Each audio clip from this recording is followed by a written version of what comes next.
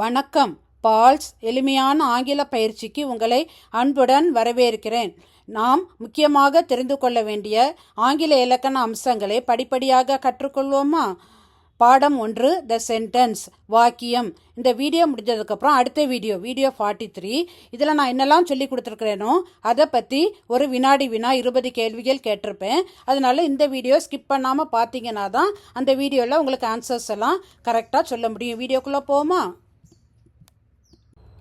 What is a sentence? A sentence is a group of words that expresses a thought or idea that makes complete sense. ஒரு வாக்கியம் என்பது முழுமையான அர்த்தமுள்ள ஒரு எண்ணத்தை அல்லது கருத்தை வெளிப்படுத்தும் சொற்களின் தொகுப்பாகும். ஒரு சென்டென்ஸ் அப்படின்னு இருக்கிறப்ப அதில் சப்ஜெக்ட் ப்ரெடிகேட் அப்படின்னு 2 பகுதிகள் யூஸ்வலாக இருக்கும்.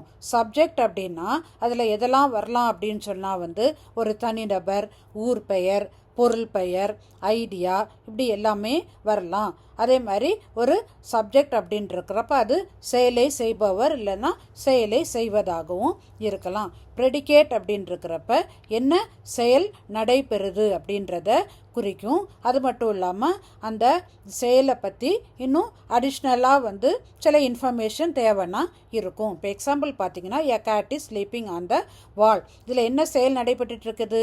தூங்கிட்டு இருக்கிறது. எது தூங்கிட்டு இருக்கிறது? எ கேட். அப்போ அதனால அதுதான் அந்த செயலை செய்வது. எ கேட் அப்படின்றது சப்ஜெக்ட். அது பூனை எங்கே தூங்கிட்டு இருக்குது? சவுருக்கு மேலே தூங்கிட்டு இருக்குது, ஆன் த வால். அப்போ அது அடிஷ்னல் இன்ஃபர்மேஷன். இப்போ இந்த ப்ரெடிகேட் அப்படின்னு இருக்கிறப்ப அது என்ன செயல் செய்யுது அப்படின்றத சேர்த்து இஸ் ஸ்லீப்பிங் ஆன் த வால் அப்படின்னு நம்ம தெரிஞ்சுக்கணும். அதாவது சப்ஜெக்ட் அப்படின்னா எழுவாய், ப்ரெடிகேட் அப்படின்னா பயனிலை. இப்போ சப்ஜெக்ட்னா என்ன, ப்ரெடிகேட்னா என்னன்னு அப்படின்னு சொல்லி உங்களுக்கு ஒரு ஐடியா கிடச்சிருக்கும்னு நம்புகிறேன். டைப்ஸ் ஆஃப் சென்டென்சஸ், வாக்கியங்களின் வகைகள். இப்போ சென்டென்ஸ் 4 டைப்ஸ் இருக்குது. Declarative sentence, interrogative sentence, imperative sentence, exclamatory sentence. Declarative sentence makes a statement or expresses an opinion, ஒரு கூற்றையோ கருத்தையோ தெரிவிக்கிறது. என்ஸ் வித் பீரியட், ஒரு ஃபுல் ஸ்டாப், ஒரு முற்றுப்புள்ளியுடன் இந்த வாக்கியம் நிறைவு பெறுகிறது. ஐ பாட் அ நியூ கார், நான் ஒரு புதிய கார் வாங்கியிருக்கிறேன். The children are playing football, குழந்தைகள் கால்பந்து விளையாடு கொண்டு இருக்கிறார்கள். இப்போ நீங்கள் இந்த 2 வாக்கியங்களை பார்த்தாலுமே ஒரு ஃபுல் ஸ்டாப்போட முடிஞ்சிருக்கு, ஒரு முற்றுப்புள்ளியோட முடிஞ்சிருக்குது. அடுத்தது interrogative sentence. Ask a question and seeks information, தகவல்களை பெற ஒரு கேள்வியை எழுப்புகிறது. Ends with a question mark. இந்த சென்டென்ஸ் ஒரு கேள்விக்குறியோட முடிவு பெறுது. Are you writing a letter, நீ ஒரு கடிதம் எழுதுகிறாயா? Did you complete your project, நீ உன்னுடைய ப்ராஜெக்டை முடித்து விட்டாயா? இந்த 2 எக்ஸாம்பிள்ஸுமே பார்த்தீங்கன்னா ஒரு கேள்விக்குறியோட முடிஞ்சிருக்குது. Imperative sentence gives a command, makes a request or offers advice, கட்டளை, வேண்டுகோள், அறிவுரை ஆகியவற்றை குறிக்கிறது. May end with period or exclamation mark depending on the tone. இது ஒரு ஃபுல் ஸ்டாப் முற்றுப்புள்ளியோடையோ இல்லைன்னா ஒரு ஆச்சரியக்குறியோடையோ முடிவு பெறுகிறது. ப்ளீஸ் க்ளோஸ் த டோர், தயவு செய்து கதவை அடைக்கவும். டர்ன் ஆஃப் த லைட், விளக்கை ஆஃப் செய்யவும். கம் ஹியர் அட் ஒன்ஸ், உடனடியாக வரவும். இப்போ இங்கே அந்த ஆச்சரியக்குறி போட்டிருக்கோம்ல, உடனே வாங்க அப்படின்னு அந்த அர்ஜென்சி அதை குறிக்கிறதுக்காக தான் நம்ம என்ன போட்டிருக்கோம், ஆச்சரியக்குறி போட்டிருக்கிறோம். இப்போ உடன் அப்படின்னு இருக்கிறப்ப நம்ம என்ன போடுறோம்னா அந்த ஆச்சரியக்குறியை போட்டிருக்கிறோம். அடுத்தது exclamatory sentence expresses strong emotions or excitement, வலுவான உணர்ச்சிகளையும் அதிக உற்சாகத்தையும் வெளிப்படுத்துகிறது.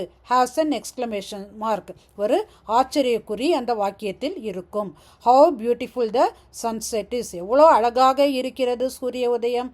அலாஸ் he is dead, ஐயோ அவன் இறந்து விட்டானே. இப்போ இந்த 2 சென்டென்சஸில் பார்த்தாலுமே என்ன இருக்குது, ஆச்சரியக்குறி இருக்குது. Polarity in a sentence. Polarity indicates whether a sentence conveys a positive meaning or a negative meaning. ஒரு வாக்கியம் நேர்மறை பொருளை தருகிறதா அல்லது எதிர்மறை பொருளை தருகிறதா என்பதை குறிப்பதற்கு பொலாரிட்டி அப்படின்ற வேர்டை யூஸ் பண்ணுறோம். அப்போ இதில் பார்க்குறப்ப நமக்கு சென்டென்ஸை வந்து நம்ம ரெண்டு வகையாக சொல்லலாம். Affirmative sentence, it conveys a positive meaning. இது ஒரு நேர்மறை பொருளை தருகிறது. ஐ லைக் காஃபி, எனக்கு காஃபி பிடிக்கும். டூ யூ லைக் காஃபி, உனக்கு காஃபி பிடிக்குமா? Negative sentence, it conveys a negative meaning. எதிர்மறை பொருளை தருகிறது. I do not like coffee, எனக்கு காஃபி பிடிக்காது. Do you not like coffee, உனக்கு காஃபி பிடிக்காதா? இனி சில கேள்விகள் கொடுத்துருக்குறேன். அதோட அஃபர்மேட்டிவ் ஆன்சர், அதாவது நேர்மறை பதில்களும் நெகட்டிவ் ஆன்சர் எதிர்மறை பதில்களையும் கொடுத்துருக்குறேன். Does Sampal wake up early in the morning? Sampal அதிகாலையில் எழுந்திருப்பானா? Yes, Sampal wakes up early in the morning. ஆமாம், சாம்பல் அதிகாலையில் எழுந்திருப்பான்.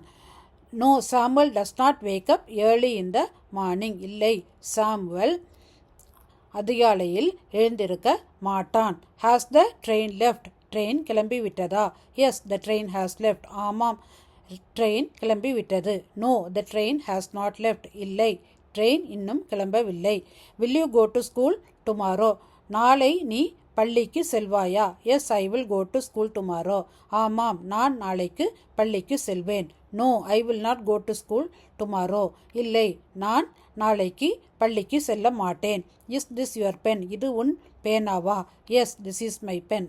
ஆம், இது என்னுடைய பேனா. No, this is not my pen. இல்லை, இது என்னுடைய பேனா இல்லை.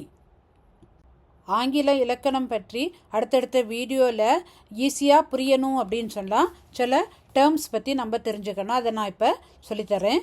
வேர்ப் வினைச்சொல், டினோட்ஸ் ஆக்ஷன், செயலை குறிக்கிறது. த சில்ட்ரன் ஆர் பிளேயிங், பிளேயிங் அப்படின்ற செயலை குறிக்குது. ஆல்சோ எக்ஸ்பிரஸஸ் அ ஸ்டேட், ஒரு நிலை அல்லது ஒரு தன்மையை குறிக்குது. Chennai is a metropolitan city, Chennai வந்து ஒரு மெட்ரோபாலிட்டன் சிட்டி அப்படின்ற தன்மையை குறிக்குது. சப்ஜெக்ட், எழுவாய், the doer of the action, செயலை செய்பவர். The doer may be both living and non-living things, includes name, place, things, idea, etc. சப்ஜெக்டில் இதெல்லாம் வரலாம், பேர் வரலாம், அனிமல்ஸ் வரலாம், ஊர்கள் வரலாம், பொருள் வரலாம், ஐடியா வரலாம், இப்படி எது வேணாலும் வரலாம். நான் வந்து ரெட் கலரில் கொடுத்து எல்லோ வச்சு எது ஹைலைட் பண்ணியிருக்கேனோ அதெல்லாம் தான் சப்ஜெக்ட், அந்த செயலை செய்பவர் அப்படின்னு சொல்லலாம். ஐ ran fast, சாமல் drew this picture, the rose smells pleasantly, cat stays mice. இப்போ ஐ ரேன் ஃபாஸ்ட் அப்படின்னா என்னது? யார் வந்து ஃபாஸ்ட்டாக ஓடினது? ஐ, நான் அப்படின்றது அதான் சப்ஜெக்ட். சாம்பல் ட்ரூ திஸ் பிக்சர், யார் படத்தை வரைஞ்சா? சாம்பல். அப்போ இந்த சாம்பல் என்னது? சப்ஜெக்ட். இனி ஆப்ஜெக்ட், செயற்பாட்டு பொருள். The receiver of the action, செயலை பெறுபவர். The receiver maybe both living and non living things. Sarah likes me, I baked some biscuits, the dog ate meat. Sarah யாரை நேசிக்கிறாள்? என்னை. அப்போ அந்த மீ அப்படின்றது object. I bake some biscuits, நான் எதை பேக் பண்ணினேன்? Some biscuits. அப்போ இதுதான் object. Complement, describes or renames the subject, சப்ஜெக்டை பற்றி ஏதாவது வந்து இந்த காம்ப்ளிமெண்ட் சொல்லும். She is an intelligent girl, அவள் ஒரு இன்டெலிஜென்ட்டான பொண்ணு அப்படின்றப்ப இந்த இன்டெலிஜென்ட் கேர்ள் அப்படின்றது complement. Object complement gives more information about the object, not the subject. இது வந்து அந்த ஆப்ஜெக்டை பற்றி தான் கூடுதல் இன்ஃபர்மேஷன் கொடுக்குது. இப்போ சாங்ஸ் கிவ் அஸ் அப்படின்றதுல அஸ் அப்படின்னு சொல்கிறது நமக்கு ஆப்ஜெக்ட். இப்போ ஆப்ஜெக்ட் காம்ப்ளிமெண்ட் அப்படின்றக்கிறப்ப the joy, song gives us joy, பாடல்கள் எங்களுக்கு மகிழ்ச்சியை தருகிறது. அப்போ இந்த நாங்கள் அப்படின்றதா என்னென்னா இதில் வந்து ஆப்ஜெக்ட், இதை பற்றி சொல்கிறனால நம்ம இதை என்ன சொல்கிறோன்னா ஆப்ஜெக்ட் காம்ப்ளிமெண்ட் சொல்கிறோம். My friend's presence made me happy. இப்போ my friend's presence made me happy அப்படின்றக்கிறப்ப மீ அப்படின்றது ஆப்ஜெக்ட். அப்போ என்ன ஹாப்பியாக ஆக்கியிருக்கு அப்படின்றனால இந்த ஹாப்பி அப்படின்றது ஆப்ஜெக்ட் காம்ப்ளிமெண்ட் அப்படின்னு சொல்லணும். Adjunct or adverbial give answers to how, when, where, why. அதாவது ஹவ், வென், வேர், ஒய் போன்ற கேள்விகளுக்கு வந்து ஆன்சர் சொல்கிறத நம்ம அட்ஜெக்ட் இல்லை அட்வர்பியல்னு சொல்லுவோம். The dog barked loudly. இப்போ நாய் எப்படி கத்துச்சுது? ஹவ் அப்படின்றதுக்கு ஆன்சர் சொல்கிறது லவுட்லி, அதனால் லவுட்லி அப்படின்றது adjunct. She baked a cake last night, அவள் நேற்று நைட் ஒரு கேக் பேக் பண்ணா அப்படின்றப்ப வென், எப்போது அப்படின்றதுக்கு ஆன்சர் கொடுக்குது. அடுத்தது direct object and indirect object. இப்போ இது எக்ஸாம்பிள் மூலமாக நம்ம பார்த்தோன்னா ஈஸியாக வந்து புரியும். I gave my friend a book. இப்போ I gave my friend a book அப்படின்னாலே அந்த சென்டென்ஸ் என்ன ஆகிறது, முடிவு பெற்றுறது. நான் ஃப்ரெண்டுகிட்ட என்ன கொடுத்தேன், ஒரு புக்கு கொடுத்தேன். அதை தான் நம்ம டைரக்ட் ஆப்ஜெக்ட் அப்படின்னு சொல்கிறோம். அதை யாருக்கிட்ட புக்கு கொடுத்தேன், மை ஃப்ரெண்ட், என்னோட ஃப்ரெண்டுகிட்ட கொடுத்தோம். இதை நம்ம இன்டைரக்ட் ஆப்ஜெக்ட் அப்படின்னு சொல்கிறோம். தே ஃபெட் த ஹார்ஸ் சம் ஹே. இப்போ தே ஃபெட் த ஹார்ஸ் சம் ஹே அப்படின்னு இருக்கிறப்ப இதில் தே ஃபெட் சம் ஹே அப்படின்னா என்னது, இந்த வைக்கோலை அவர்கள் கொடுத்தார்கள் அப்படின்னு இருக்கிறப்ப இந்த சம் ஹே வந்து டைரக்ட் ஆப்ஜெக்ட். எதுக்கு கொடுத்தார்கள், ஹார்ஸ், குதிரைக்கு கொடுத்தாங்க. அப்போ தே ஃபெட் த ஹார்ஸ் சம் ஹே அப்படின்னு சொல்கிறத வந்து நம்ம என்ன சொல்கிறோம் அப்படின்னா, த ஹார்ஸை இன்டைரக்ட் ஆப்ஜெக்ட்னும் ஹேயை டைரக்ட் ஆப்ஜெக்ட் அப்படின்னும் சொல்கிறோம். சென்டென்ஸ் பேட்டர்ன், வாக்கிய அமைப்பு பற்றி பேசிக்காக நான் இப்போ வந்து சொல்லி கொடுக்குறேன். SV subject verb, birds fly, birds subject, fly verb. The cat has slept, the cat subject, has slept verb.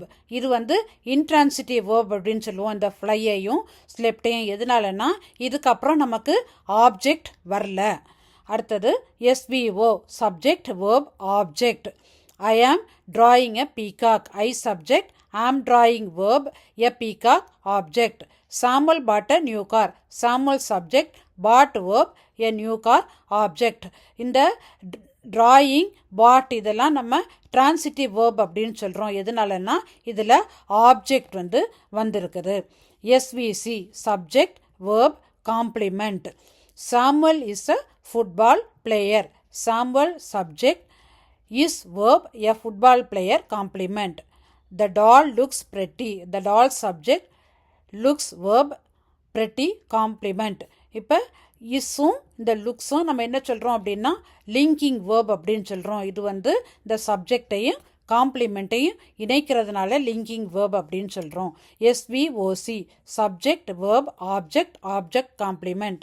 I have named my cat Blackie, I subject, have named verb, my cat object, Blackie complement. இப்போ Blackie அப்படின்றது my cat அந்த ஆப்ஜெக்டை பற்றி சொல்லியிருக்கிறதுனால இந்த Blackieயை நம்ம complement அப்படின்னு சொல்கிறோம். they subject, elected verb, him object, president complement. அப்போ ஹிம்ன்ற ஆப்ஜெக்டை பற்றி இந்த பிரசிடென்ட் அப்படின்ற வேர்டு வரனால இந்த பிரசிடென்ட்டை காம்ப்ளிமெண்ட்டுன்னு சொல்கிறோம். we painted the wall blue, we subject, painted verb, the wall object, blue. வால் எப்படி பெயிண்ட் பண்ணியிருக்கிறோம், ப்ளூ, அதை காம்ப்ளிமெண்ட் அப்படின்னு சொல்கிறோம். the clown made us happy, the clown subject, made verb, us object, us அப்படின்றப்ப எங்களை அந்த ஆப்ஜெக்ட் வந்து வருது. அப்போ எங்களை ஹாப்பியாக வச்சுருக்கு. அப்போ அந்த ஹாப்பி அப்படின்றது காம்ப்ளிமெண்ட். அடுத்தது SVA subject verb adjunct. He arrived yesterday, he subject, verb arrived, yesterday adjunct. எப்போ வந்தான், when அப்படின்றதுக்குள்ள ஆன்சரை வந்து கொடுக்குது. அப்போ இந்த yesterday அப்படின்னு சொல்கிறது வந்து adjunct அப்படின்னு சொல்கிறோம். the peacock danced gracefully, the peacock subject, danced verb, gracefully அப்படின்ட்டு இருக்கிறப்ப அது அட்ஜங்க்ட். எப்படி டான்ஸ் ஆடிச்சு, ஹவு அப்படின்றதுக்கு ஆன்சர் வந்து இதை கிரேஸ்ஃபுல்லி கொடுக்குறதுனால இது அட்ஜங்க்ட் அப்படின்னு சொல்கிறோம். அடுத்தது SVOA subject verb object adjunct. The teacher explain the concept clearly, the teacher subject, explained verb, the concept object, clearly adjunct. இப்போ த டீச்சர் எக்ஸ்பிளைன் த கான்செப்ட்னாலே அந்த சென்டென்ஸ் வந்து மீனிங்ஃபுல்லாக தான் இருக்குது. அப்போ இந்த கிளியர்லின்றது எதை டினோட் பண்ணுறது, இந்த கான்செப்டை டீச்சர் கிளியராக எக்ஸ்பிளைன் பண்ணாங்க அங்கே அப்படின்னு சொல்லி குறிக்குது. அப்போ இந்த கிளியர்லி அப்படின்றது adjunct. I sent the letter yesterday, I subject, sent verb, the letter object, yesterday adjunct. இப்போ எப்போ அனுப்பியிருந்தது, எஸ்டர்டே அப்படின்றக்கிறப்ப இது அட்ஜங்க்ட் அப்படின்னு சொல்கிறோம். அடுத்தது SVIODO subject verb indirect object direct object. I gifted my son a new car, I subject, gifted verb, my son indirect object, a new car direct object. இப்போ ஐ gifted a new car அப்படின்னா direct object என்னது, என் new car நான் gift பண்ணியிருக்கேன். நான் யாருக்கு gift பண்ணேன், my son என்னோட சன்னுக்கு. அப்போ அதை நம்ம இன்டைரக்ட் ஆப்ஜெக்ட் அப்படின்னு வந்து சொல்கிறோம். My mother bought me a new dress. இப்போ my mother subject, bought verb, me indirect object, a new dress direct object. பிழை இல்லாமல் ஆங்கிலம் பயன்படுத்த விரும்பும் அனைவரிடமும் இருக்க வேண்டிய மிக சிறந்த வழிகாட்டி மற்றும் பயிற்சி கையேடு Paul's work book on tenses and voice. இதுக்கு முன்னாடி நான் போட்டிருக்கிற எல்லா வீடியோஸோட லிங்க்கும் டிஸ்கிரிப்ஷனில் கொடுத்துருக்குறேன். இந்த வீடியோ உங்களுக்கு பிடிச்சிருந்தா லைக் பண்ணுங்கள், கமெண்ட் பண்ணுங்கள், ஷேர் பண்ணுங்கள், சப்ஸ்கிரைப் பண்ணுங்கள். நன்றி.